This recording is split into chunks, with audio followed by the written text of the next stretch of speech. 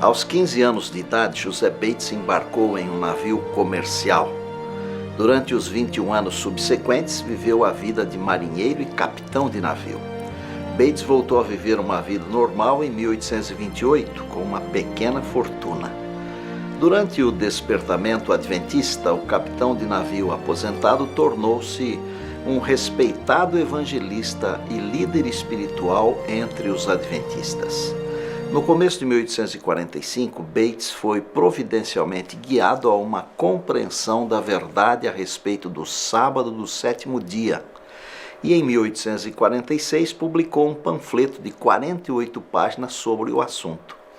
Hiram Edson realizou uma conferência sobre o tema do santuário em Port Gibson, possivelmente no outono de 1846. Bates então foi convidado a pregar na conferência e aproveitou a oportunidade para compartilhar as novas do sábado. O respeitado capitão era o membro mais idoso de nossa igreja pioneira e tornou-se o primeiro presidente da Associação Adventista do Sétimo Dia local em Michigan, em 1861. Esta é a casa de José Bates, pertinho do mar, como manda o status de um bom marinheiro. Quando a casa foi construída, não havia outras residências entre a casa e o mar. Da janela do quarto, dava para ver o mar aberto. Nos fundos da casa de José Bates ainda existe uma parede de uma enorme lareira. Essa mesma lareira foi construída por um dos peregrinos que rumaram para a América do Norte no Mayflower, o navio que transportou os pais peregrinos. João Cook, que construiu a lareira, que por algum tempo foi a casa de Bates, era o mais jovem passageiro do Mayflower, com menos de 18 anos de idade, e foi o último sobrevivente masculino dos pioneiros a morrer. Bates viveu até os 80 anos. Um dos motivos pelos quais tinha tanta resistência física, a despeito de muitos sacrifícios, era sua maneira simples de alimentação e hábitos temperantes. Bates organizou as primeiras sociedades de temperanças nos Estados Unidos. Os membros tomavam um voto de não fazerem uso de bebidas alcoólicas. Bates era um homem muito espiritual, com visão bem definida e coragem de um leão. Não hesitou em fazer sacrifícios quando surgia alguma necessidade. Bates interessou-se pelo sábado após conversar com Raquel Oaks Preston, uma senhora batista do sétimo dia. E quando perguntado sobre o que havia de novo, respondeu: o sábado é o dia de guarda. Em uma visão do santuário celestial, Deus confirmou a Ellen G. White a verdade do sábado trazida por José Bates. E no livro Primeiros Escritos, às páginas 32 e 33, ela escreve: sentíamos um incomum espírito de oração. E ao orarmos, o Espírito Santo desceu sobre nós e fui arrebatada em visão da glória de Deus. Vi um anjo que voava ligeiro para mim. Rápido levou-me da terra para a cidade santa. Na cidade vi um templo no qual entrei. Passei por uma porta antes de chegar ao primeiro véu. Este véu foi erguido e eu entrei no lugar santo. Ali vi o altar de incenso, o castiçal com 7 lâmpadas e a mesa com os pães da proposição. Depois de ter eu contemplado a glória do lugar santo, Jesus levantou o segundo véu, e eu passei para o Santo dos Santos. No lugar santíssimo vi uma arca, cujo alto e lados eram do mais puro ouro. Em cada extremidade da arca havia um querubim com suas asas estendidas sobre ela. Tinham os rostos voltados um para o outro, e olhavam para baixo. Entre os anjos estava um incensário de ouro.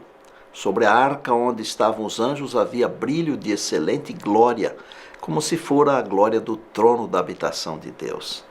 Jesus estava junto à arca, e ao subirem a ele as orações dos santos, a fumaça do incenso subia, e ele oferecia suas orações ao Pai com o fumo do incenso. Na arca estava a urna de ouro contendo o maná, a vara de Arão que florescera e as tábuas de pedra que se fechavam como um livro. Jesus abriu-as e eu vi os 10 mandamentos nelas escritos com o dedo de Deus. Numa das tábuas havia 4 mandamentos e na outra 6. Os 4 da primeira tábua eram mais brilhantes que os 6 da outra. Mas o quarto, o mandamento do sábado, brilhava mais que os outros, pois o sábado foi separado para ser guardado em honra do santo nome de Deus. O santo sábado tinha aparência gloriosa, um halo de glória o circundava. Vi que o mandamento do sábado não fora pregado na cruz. Se tivesse sido, os outros 9 mandamentos também o teriam, e estaríamos na liberdade de transgredi-los a todos, bem como o 4º mandamento. Vi que Deus não havia mudado o sábado, pois ele jamais muda. Essa visão Ellen White recebeu estando numa reunião de oração com as famílias Holland e Topsham em 3 de abril de 1847 no Maine. Deus levantou um povo para continuar o movimento da esperança. O movimento da esperança aponta para a segunda vinda de Cristo, a volta de Jesus, pois Jesus é a nossa esperança viva. O movimento da esperança tem a capacidade de restauração, a restauração da verdade. A Bíblia diz, é necessário que ainda profetizes. É a certidão de nascimento da Igreja Adventista do 7º dia.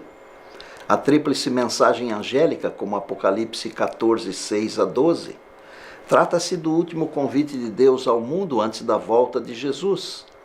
As 3 mensagens também trazem novas ideias e responsabilidades para o povo de Deus. Agora, o povo de Deus não deve apenas pregar a conversão e a obediência, mas também a volta do Senhor e a diferença entre obedecer à lei de Deus e à lei dos homens. As 3 mensagens são equivalentes à mensagem primitiva do dilúvio. Na antiguidade, os que quisessem se salvar deveriam se abrigar na arca. No entanto, o mundo escarneceu de Noé e sua família e todos se perderam. As 3 mensagens falam da preparação que os filhos de Deus devem ter para estarem de pé na volta do Senhor Jesus. Não dar atenção a elas equivale a rejeitar os fundamentos do Evangelho e acabar se perdendo. Vamos à mensagem do primeiro anjo. Vi outro anjo voando pelo meio do céu, tendo um evangelho eterno para pregar aos que se assentam sobre a terra, e a cada nação e tribo e língua e povo, dizendo em grande voz: temei a Deus e dai-lhe glória, pois é chegada a hora do seu juízo. E adorai aquele que fez o céu, a terra e o mar e as fontes das águas. Apocalipse 14, 6 e 7. O primeiro anjo tem um evangelho eterno para pregar a toda a população da terra. Que evangelho é esse? E por que ele é eterno? O centro desse evangelho é que Deus amou o mundo de tal maneira que entregou seu Filho único, para que todo aquele que nele crê não pereça, mas tenha a vida eterna, conforme João 3,16. Certamente esse evangelho é eterno porque existia essa ideia de salvar o homem desde a fundação do mundo, desde tempos imemoriais, tanto que desde Adão e Eva sacrificava-se um cordeiro que simbolizava a morte do Messias. Dessa forma, o primeiro anjo não prega novidade alguma, a não ser a fé que foi revelada aos santos, que Deus se fez carne e habitou entre nós. Mas ele também simboliza um movimento mundial que busca levar essa mensagem não somente a todas as nações, como também a toda a tribo, língua e povo. É a mensagem de que o juízo investigativo já começou no céu e Jesus está voltando para buscar os seus filhos. O anjo faz menção de parte do 4º mandamento da lei de Deus ao dizer que devemos adorar aquele que fez o céu, a terra, o mar e as fontes das águas.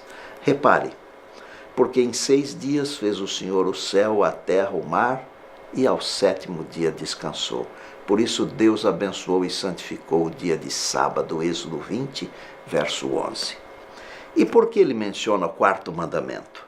Porque é o único que identifica o Deus que adoramos, ou seja, aquele que criou tudo que existe. Por isso ele é digno de adoração. Por isso Deus separou o sábado para nós o adorarmos. Nosso Deus também é Senhor do sábado.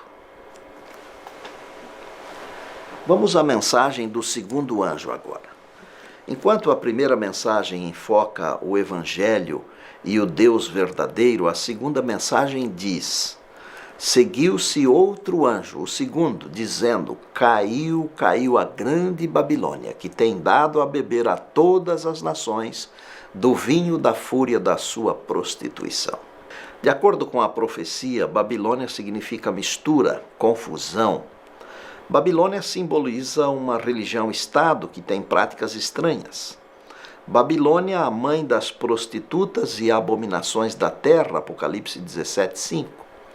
Dessa forma, Babilônia tem filhas com práticas semelhantes e simboliza não apenas um Estado-igreja, mas todos os grupos religiosos que se opõem à verdade do Evangelho eterno. O fim da mensagem está em Apocalipse 18:4. Retirai-vos dela, povo meu, para não serdes cúmplices em seus pecados e para não receberdes os seus flagelos. Assim, o resumo dessa mensagem é: abandone os grupos religiosos falsos que não obedecem à palavra de Deus, a Bíblia Sagrada. E agora nós vamos à mensagem do terceiro anjo.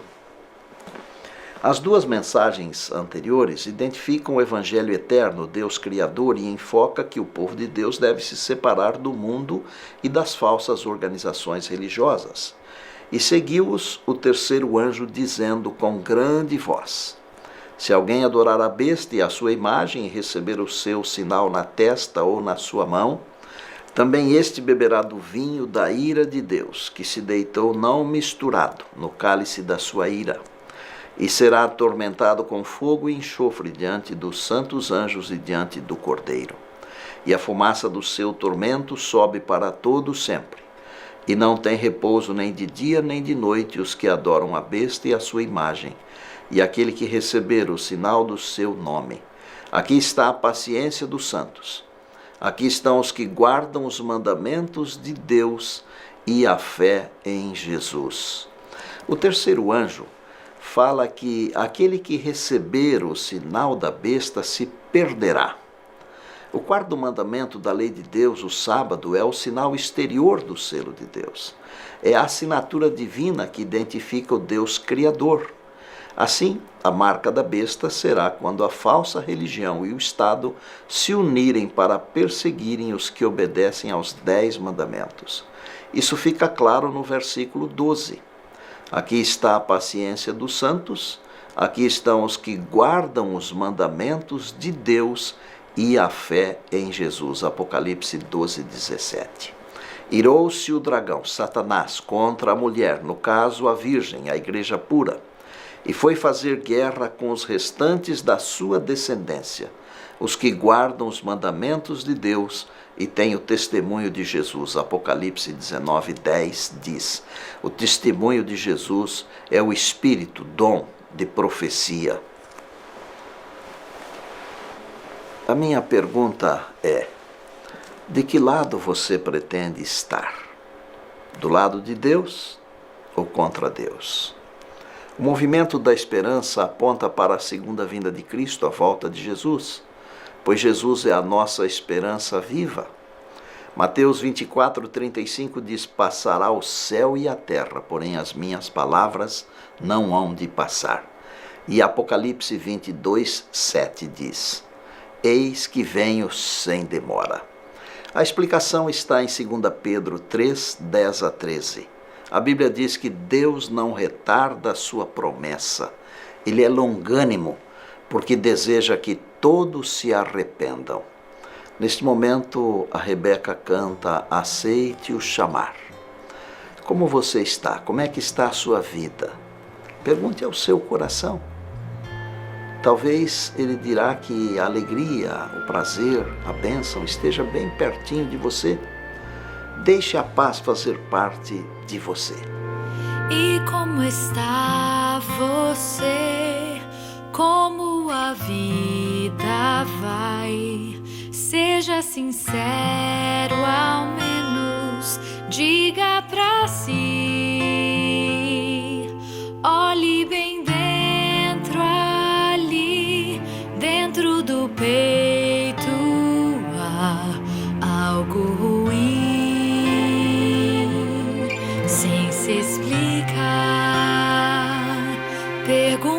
seu coração, onde a alegria está, e ele talvez dirá que está ali. Finge que é feliz, vive escondendo a dor, vive e não tem amor, já não aguenta mais. Deixa a paz ser parte de você e creia que Jesus o fará reviver. Ele quer aliviar você. Ouça a voz, aceite o chamar de Deus.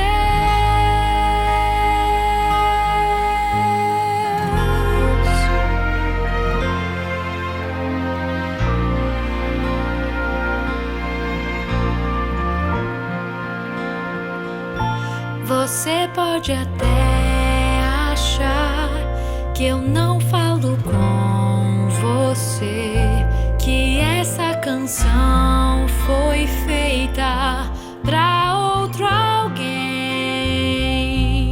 mas não resista mais, é a você que o Pai ama demais e quer restaurar. Então passe a permitir que o Eterno esteja assim, bem perto de você, perfeita união.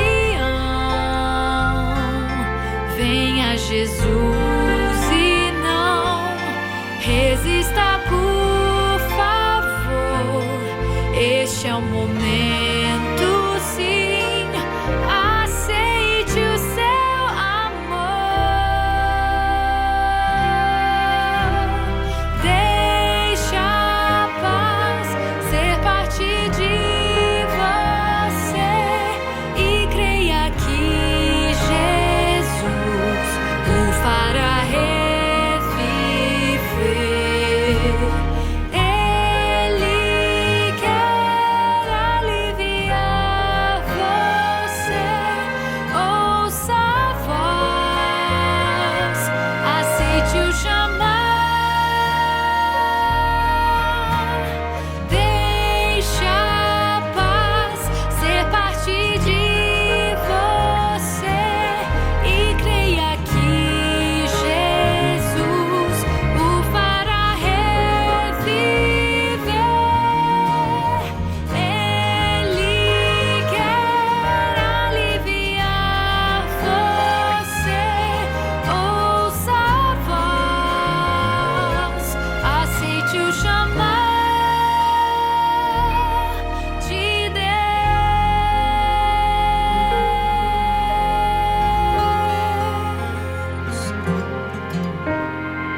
Ele quer aliviar você. Aceite o chamar.